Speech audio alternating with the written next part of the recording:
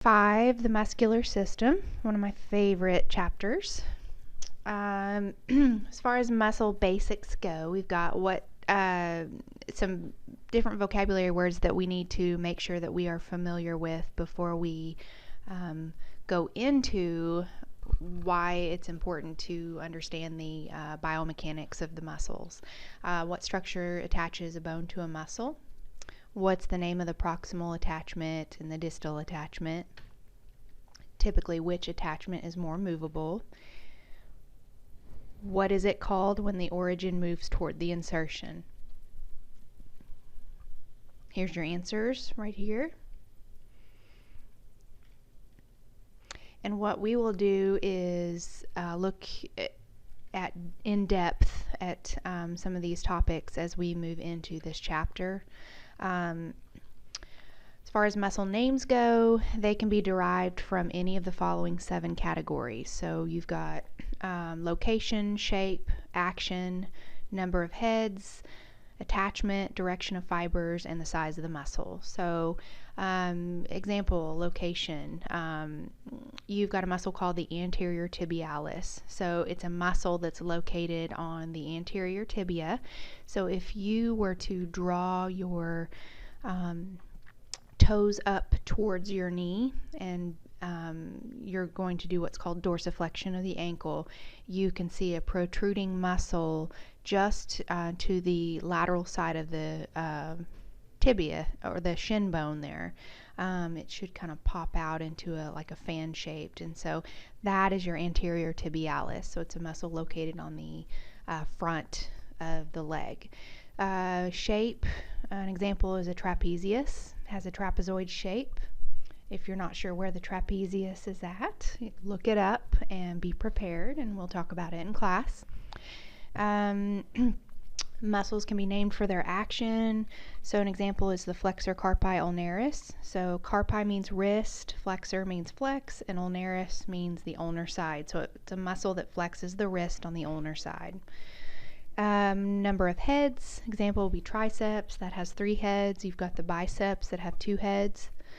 They can be named for their attachment. So an example would be the sternocleidomastoid. And again, look up these pictures so you can understand where they're at and why we name them what we do. So this attaches to the sternum, the clavicle, and the mastoid bones. And they can be named for the direction of fibers. So an example would be external oblique. It describes the direction of the muscle fibers. Muscle fibers are moving externally on the stomach. And then, of course, internal obliques. Size of the muscle. So pec minor, you've got pec major. Pec minor is smaller than the pec major. Teres minor, teres major. So on and so forth. Okay, so as far as muscle fiber arrangement, there's 2 types. There's parallel fibers and oblique fibers. Parallel fibers, those are longer and can move the joint and distal segment further, so their advantage is movement. Oblique fibers, their advantage is strength. It's usually a shorter muscle, but more of them are in an area, and that will increase the strength. So here's just a few pictures of the different types of parallel fibers and the names.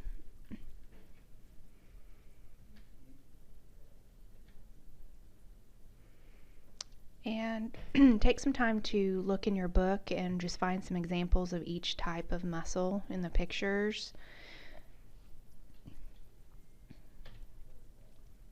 And then, of course,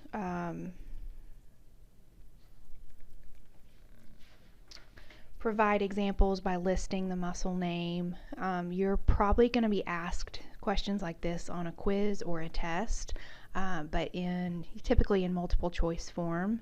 So just be prepared and make yourself aware of the different types of muscle fibers and different names for each of the muscles. Then, of course, we go into oblique. And you've got unipinnate, bipinnate, and multipinnate. Their advantage, again, like we talked about before, is strength. And then here again, just some examples and pictures. Okay, so moving on. You've got functional characteristics of the muscle, so there's quite a bit of terminology here that we're going to go over. You've got resting length. This is the length of the muscle when it's unstimulated. So when a muscle is not contracting and it's literally resting, that's resting length. Irritability or excitability, this is the ability to respond to stimuli, and the response is to contract. So it's usually due to a natural stimulus or an external stimulus. Contractility, the ability to contract and produce tension between the ends. Extensibility, the ability to stretch or lengthen when a force is applied. Example might be hamstrings. And the same example you could probably use for elasticity, the ability to recoil or return to normal resting length when the stretch or shortening force is removed. All right, so we have some more terminology that we need to be aware of before we go into contraction of muscles and their role. You have what's called the agonist, which is also called a prime mover. It's the muscle that causes the movement. You've got an assisting mover. It assists the agonist but is not as effective. The antagonist is opposite of the agonist. It's a muscle that performs the opposite motion. Co-contraction is the agonist and antagonist are contracting at the same time. Stabilizers, these are a fixator. It supports a joint to allow the agonist to work more efficiently. And then, of course, neutralizer, it prevents unwanted motion. This in particular one, actually what I'll do is end up giving you some examples in class so that I can show you on each other, and you guys can actually contract some muscles and we can show you the differences. Synergist is a muscle that works with another to enhance a particular motion. It can be an assisting mover, a stabilizer, or a neutralizer.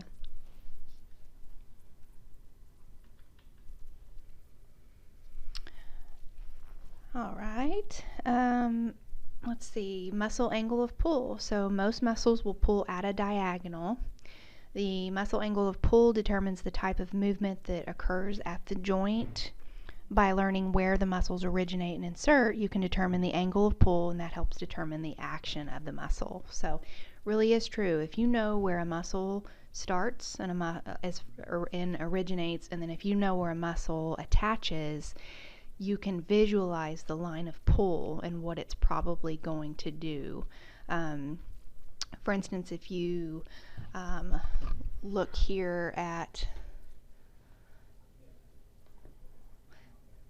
let's say, the rhomboid muscle, you've got equal vertical and horizontal line of pull. It will cause a motion in a few different planes because it is at a diagonal pull. But most likely what's going to happen here is if you contract this muscle, you're probably going to end up pulling or drawing your shoulders back and your shoulder blade toward the spine. So if you squeeze your shoulder blades together while you're sitting and listening to me lecture, you're actually contracting those muscles and you're pulling back. And so if you know where they originate and know where they insert, you're probably going to know what they do. All right. I would say another good example might be that middle deltoid.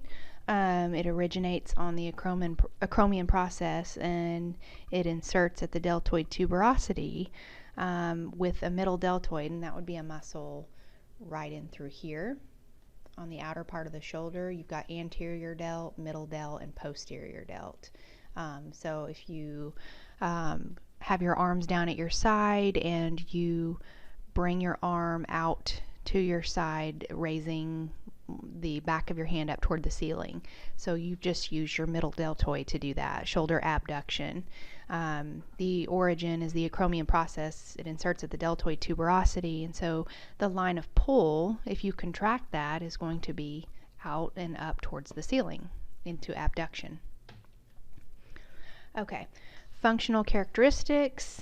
We have what's called excursion, maximal elongation to maximal shortening of a muscle. So this is important to know because later on we're going to talk about active and passive insufficiency, and we have to know our limits as far as a muscle can be elongated to as close as it can be when it's contracted. Typically a muscle is shortened to half its normal resting length. It's stretched to about twice as far as it can be shortened. In a one joint muscle, it's no problem to do that. In other words, if the muscle only crosses over one joint. If the muscle crosses over two joints, it may not have enough excursion, or it may not be able to move through the full range over multiple joints. We'll explain this further, and especially once we're in class, we can talk about this quite a bit. But again, this is where active and passive insufficiency can occur. Active and passive insufficiency occur in the two joint muscles. It cannot occur in a one joint muscle, which means the muscle crosses two joints. Example of some two joint muscles in the lower extremity: hamstring muscles, quadriceps, the gastrocnemius.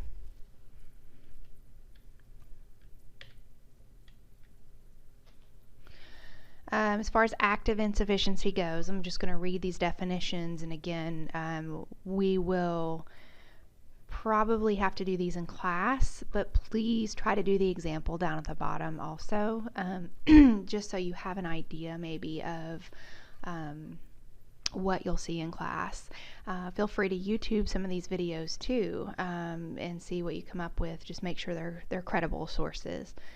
The diminished ability of a muscle to produce or maintain active tension. So if you're attempting to contract a muscle and you just can't, is active insufficiency, but that's only for muscles that cross two joints.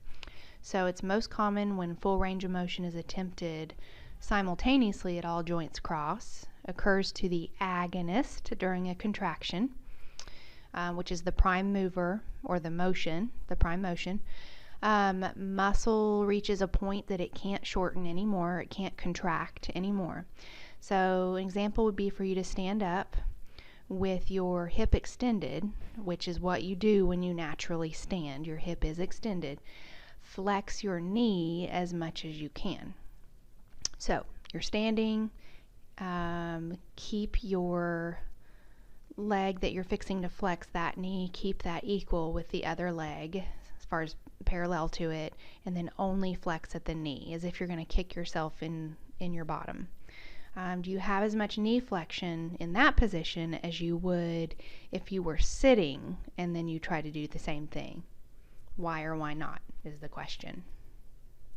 So A is the action I want you to do, but you have to attempt to take the heel and kick yourself in the rear end with it and see if you can do it. And again, we'll talk about the results when we come to class. Passive insufficiency, when a muscle cannot be elongated any further without damage to the fibers. This occurs in the antagonist, or the opposite of the agonist. We'll discuss tenodesis in class. Okay, so an example would be to lay down on your back and straighten your leg. See how much knee extension you can get just while you're laying on your back.